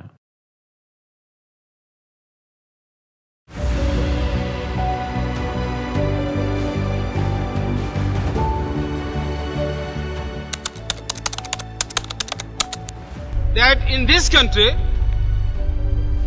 there shall be two different sets of polity. One at the bottom, the autonomous provinces or the states or such other areas as care to join the United India. These autonomous units will have full power. They will have also residuary power. At the top and over the provincial units, there will be a union government having certain subjects for legislation, for execution and for administration. 1946 December 9 Indian ഭരണഘടന നിർമ്മാണ സഭ ആദ്യ യോഗം ചേർന്നതിന് ശേഷം 7ാം ദിവസമായ December 17 ഭരണഘടനയുടെ ഉദ്ദേശ ലക്ഷ്യങ്ങളെ സംബന്ധിച്ചുള്ള പ്രമേയത്തിന്റെ ചർച്ചയിൽ അംബേദ്കർ സംസാരിക്കുന്നു. നാട്ടുരാജ്യങ്ങളായും പ്രവിശ്യകൾ ചേർന്ന ഇന്ത്യൻ യൂണിയനായും രൂപീകരിക്കപ്പെട്ട ഇന്ത്യയുടെ 2 തരം രാഷ്ട്രീയ സാഹചര്യങ്ങളെക്കുറിച്ചാണ് അംബേദ്കർ ഇവിടെ സൂചിപ്പിച്ചത്. അനേകം നാട്ടുരാജ്യങ്ങളായും ബ്രിട്ടീഷ് പ്രവിശ്യകളായും ചിതറിക്കിടന്ന ഒരു രാജ്യം സാമ്രാജ്യത്വ വിരുദ്ധ പ്രക്ഷോഭത്തിൽ കൈകോർക്കുകയും ഒരു ഏകീകൃത സ്വതന്ത്ര പരമാധികാര റിപ്പബ്ലിക്കായി പരിവർത്തനം ചെയ്യപ്പെടുകയും ചെയ്ത ചരിത്രത്തിലെ ഏറ്റവും സുപ്രധാനമായ ഏടാണ് ഇന്ത്യൻ ഭരണഘടനാ നിർമ്മാണ സഭയുടേത്. ലോകത്തെ ഏറ്റവും വലിയ റിട്ടൺ ഭരണഘടനയാണ് ഇന്ത്യൻ ഭരണഘടന. അല്ലെങ്കിൽ ഏറ്റവും ലെങ്തിയസ്റ്റ് റിട്ടൺ കോൺസ്റ്റിറ്റ്യൂഷൻ അത് ഇന്ത്യൻ ഭരണഘടനയാണ്. ആ ഇന്ത്യൻ ഭരണഘടന രൂപീകരിക്കാൻ നേതൃത്വം കൊടുത്തത് കോൺസ്റ്റിറ്റ്യുവൻ്റ് അസംബ്ലിയാണ്. ആ കോൺസ്റ്റിറ്റ്യുവൻ്റ് അസംബ്ലിയിൽ നമ്മുടെ കേരളം ഉൾപ്പെടുന്ന പ്രദേശത്ത് നിന്ന് ഏതാണ്ട് 17 മലയാളികളുണ്ടായിരുന്നു. അതിൽ 3 പേർ വനിതകളായിരുന്നു. വളരെയധികം വാദപ്രതിവാദങ്ങൾക്കൊടുവിലാണ് ഈ രാജ്യത്തിൻ്റെ ഭരണഘടന ഉണ്ടായത്. യഥാർത്ഥത്തിൽ ഇന്നത്തെ ഇന്ത്യൻ പശ്ചാത്തലത്തിൽ ഇന്ത്യൻ ഭരണഘടന രൂപീകരിക്കാനിടയായ സാഹചര്യത്തെക്കുറിച്ച് നമ്മൾ ഓരോരുത്തരും പഠിക്കേണ്ടത് വളരെ അനിവാര്യമാണ്. അതിലേറ്റവും പ്രധാനമാണ് കോൺസ്റ്റിറ്റ്യുവൻ്റ് അസംബ്ലി ഡിബേറ്റ്സ്. ആ കോൺസ്റ്റിറ്റ്യുവൻ്റ് അസംബ്ലിയിൽ നടന്ന സംവാദങ്ങൾ ഒരുപക്ഷെ ഇന്ത്യയുടെ ചരിത്രത്തിൽ ആദ്യമായി ഒരു നിയമനിർമ്മാണ സഭ, സംസ്ഥാന നിയമനിർമ്മാണ സഭ, അത് കേരള നിയമനിർമ്മാണ സഭയാണ്. അത് മലയാളത്തിലേക്ക് വിവർത്തനം ചെയ്യുകയാണ്. ആ മലയാളത്തിലേക്ക് വിവർത്തനം ചെയ്യുന്ന പ്രവർത്തനം ഞങ്ങൾ ആരംഭിച്ചു. വളരെ പെട്ടെന്ന് തന്നെ മലയാളത്തിലേക്ക് വിവർത്തനം ചെയ്ത് കേരളത്തിലെ എല്ലാ ജനങ്ങൾക്കും പ്രാപ്യമാക്കത്തക്ക നിലയിൽ ഞങ്ങളത് പുറത്തിറക്കാൻ പോവുകയാണ്. കോൺസ്റ്റിറ്റ്യുവൻ്റ് അസംബ്ലി ഡിബേറ്റ്സ് മലയാളത്തിലേക്ക് വിവർത്തനം ചെയ്യുമ്പം അത് ഇന്ത്യൻ ഭരണഘടനയെക്കുറിച്ച് അഗാധമായ പഠനത്തിന് തയ്യാറാവുന്ന എല്ലാ ആളുകൾക്കും ഗുണകരമാവുമെന്ന വിശ്വാസമാണ് ഞങ്ങൾക്കുള്ളത്. പ്രത്യേകിച്ച് നിയമവിദ്യാർത്ഥികൾക്കുൾപ്പെടെ ഇത്തരമൊരു ഘട്ടത്തിൽ മലയാളത്തിലേക്ക് ഇന്ത്യൻ ഭരണഘടനയുടെ കോൺസ്റ്റിറ്റ്യുവൻ്റ് അസംബ്ലി ഡിബേറ്റ്സ് മാറ്റുന്നത് വളരെ അഭിമാനകരമായ കാര്യമായി ഞങ്ങൾ കാണുകയാണ്. ഇതിന് എല്ലാവിധ പിന്തുണയും ഞങ്ങൾ അഭ്യർത്ഥിക്കുകയാണ്. ഡൽഹിയിലെ പാർലമെന്റ് മന്ദിരത്തിൽ ഇപ്പോൾ സെൻട്രൽ ഹാൾ എന്നറിയപ്പെടുന്ന കോൺസ്റ്റിറ്റ്യൂഷൻ ഹാളിൽ 2 വർഷവും 11 മാസവും 18 ദിവസവും നീണ്ട കാലയളവിനിടയിൽ 11 സമ്മേളനങ്ങളിലായി 165 ദിവസങ്ങളിലാണ് ഭരണഘടനാ നിർമ്മാണ സഭ സമ്മേളിച്ചത്. ഈ ദിവസങ്ങളിലത്രയും 299 അംഗങ്ങൾ നിരന്തരം സംവാദങ്ങളിൽ ഏർപ്പെടുകയും ഭരണഘടനയുടെ കരടിലെ ഓരോ ഖണ്ഡികയും സസൂക്ഷ്മം പരിശോധിക്കുകയും ഓരോ വാക്കിനെക്കുറിച്ച് പോലും തർക്കങ്ങളിൽ ഏർപ്പെടുകയും ചെയ്തതിന്റെ അന്തിമ ഫലമാണ് ലോകത്തിലെ ഏറ്റവും വലിയ ലിഖിത ഭരണഘടനയായ ഇന്ത്യൻ ഭരണഘടന.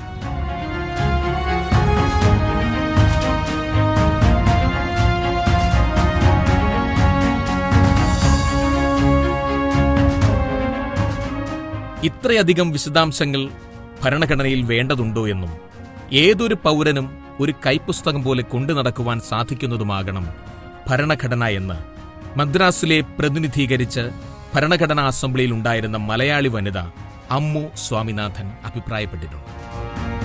എന്നാൽ 12 വാല്യങ്ങളിലായി 10,000-ലധികം പേജുകളിൽ ക്രമീകരിക്കാവുന്ന അത്രയും വിപുലമായ ഭരണഘടനാ അസംബ്ലിയുടെ ചർച്ചകളെ അതിന്റെ കാമ്പ് നഷ്ടപ്പെടാതെ ഇന്ത്യക്ക് അതിന്റെ അടിത്തറയാകുവാൻ പോന്ന ഒന്നായി ഒരു ഭരണഘടന രചിക്കപ്പെടേണ്ടിയിരുന്നു. നമ്മുടെ ഭരണഘടന 299 അംഗങ്ങളുടെ 3 വർഷത്തോളമുള്ള അധ്വാനത്തിന്റെ ഫലമാണ്.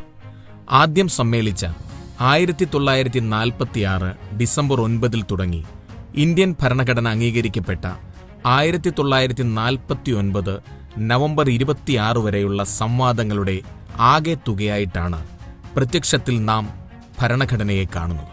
എന്നാൽ ഭരണഘടനയ്ക്കായുള്ള ഇന്ത്യയുടെ പ്രയത്നങ്ങൾക്ക് 1 നൂറ്റാണ്ടിലധികം നീണ്ട സമരങ്ങളുടെയും സഹനങ്ങളുടെയും ത്യാഗങ്ങളുടെയും കഥ പറയുവാനുണ്ട്.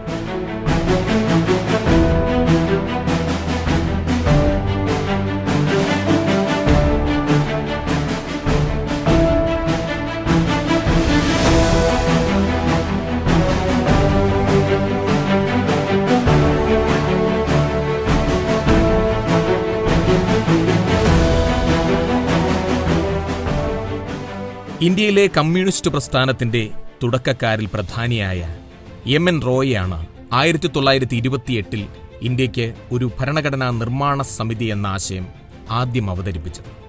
1929 ഡിസംബർ 1930 ജനുവരി മാസങ്ങളിലായി നടന്ന ലാഹോർ AICC സമ്മേളനത്തിൽ പൂർണ്ണ സ്വരാജ് പ്രഖ്യാപിക്കപ്പെട്ടു. ഭാവി ഇന്ത്യയുടെയും ഭരണഘടനയുടെയും ആശയ അടിത്തറ രൂപപ്പെട്ട സമ്മേളനമായിരുന്നു അത്. 1949 നവംബർ 26 ഭരണഘടന അംഗീകരിക്കപ്പെട്ടെങ്കിലും ഇന്ത്യയുടെ സ്വയംഭരണത്തിനും പരമാധികാരത്തിനുമുള്ള സമരം ആഹ്വാനം ചെയ്യപ്പെട്ട 1930 ജനുവരി 26 പൂർണ്ണ സ്വരാജ് ദിനത്തിന്റെ ഓർമ്മയ്ക്കായിട്ടാണ് 1950 ജനുവരി 26 നാം റിപ്പബ്ലിക് ദിനമായി ആചരിക്കുന്നത്.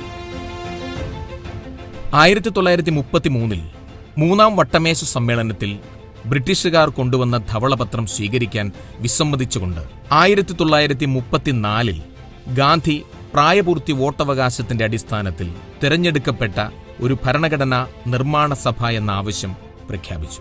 അങ്ങനെ 1935 ഗവൺമെന്റ് ഓഫ് ഇന്ത്യ ആക്ട് നിലവിൽ വരികയും പ്രവശ്യ ഗവൺമെന്റുകൾ രൂപീകരിക്കപ്പെടുകയും ചെയ്തു. രണ്ടാം ലോക മഹായുദ്ധത്തിൽ ഇന്ത്യയുടെ പിന്തുണ ആവശ്യപ്പെട്ട ബ്രിട്ടൻ യുദ്ധാനന്തരം ഭരണഘടനാ നിർമ്മാണ സഭ രൂപീകരിക്കാമെന്ന വാഗ്ദാനവും നൽകി. ബ്രിട്ടന്റെ ദൗത്യസംഘമായി 1942 മാർച്ചിൽ ഇന്ത്യയിലെത്തിയ ക്രിപ്സ് മിഷൻ അവതരിപ്പിച്ച ഇന്ത്യയുടെ പൂർണ്ണ സ്വയംഭരണാധികാര പദവി എന്ന വാഗ്ദാനം വിശ്വാസത്തിലെടുക്കുവാൻ കോൺഗ്രസോ മുസ്ലിം ലീഗോ തയ്യാറായിരുന്നില്ല. ക്രിപ്സ് മിഷന്റെ പരാജയത്തെ തുടർന്ന് ഉടനെ ഇന്ത്യ വിടുക എന്ന മുദ്രാവാക്യവുമായി ഗാന്ധിയുടെ നേതൃത്വത്തിൽ 1942 ക്വിറ്റ് ഇന്ത്യ പ്രക്ഷോഭം ആരംഭിച്ചു.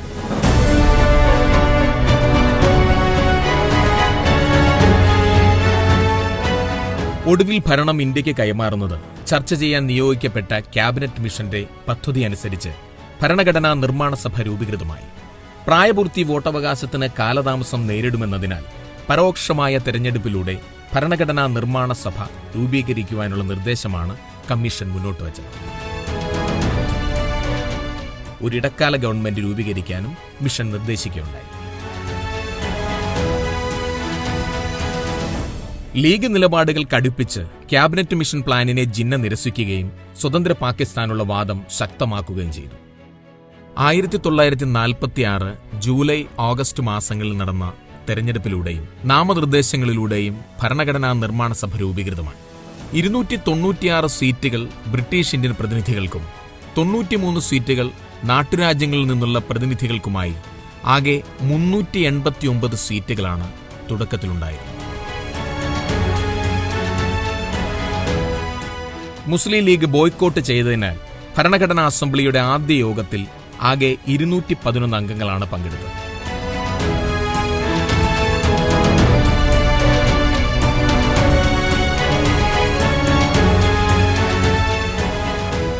അസംബ്ലിയിലെ ഏറ്റവും മുതിർന്ന അംഗമായ സച്ചിദാനന്ദ സിൻഹയെ താൽക്കാലിക പ്രസിഡന്റായി തെരഞ്ഞെടുത്ത് അസംബ്ലി സമ്മേളിച്ചു.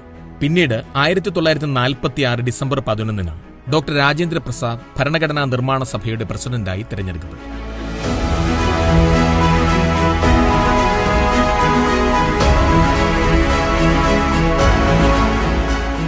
ഭരണഘടനയുടെ വിവിധ വശങ്ങൾക്കായി 8 പ്രധാന കമ്മിറ്റികളടക്കം ആകെ 13 കമ്മിറ്റികൾ രൂപീകരിച്ചു.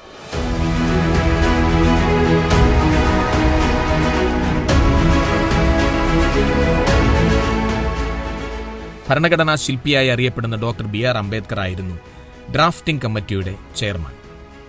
ഇന്ത്യൻ ഭരണഘടനാ നിർമ്മാണ സഭയിൽ 3 സ്ത്രീകളടക്കം 17 അംഗങ്ങൾ ഇന്നത്തെ കേരളത്തെ പ്രതിനിധീകരിച്ചുണ്ടായിരുന്നു. ഇവരെ കൂടാതെ ഇന്ത്യയുടെ മറ്റു ചില പ്രദേശങ്ങളെ പ്രതിനിധീകരിച്ചും മലയാളി അംഗങ്ങൾ അസംബ്ലിയിലെത്തുകയുണ്ടായി.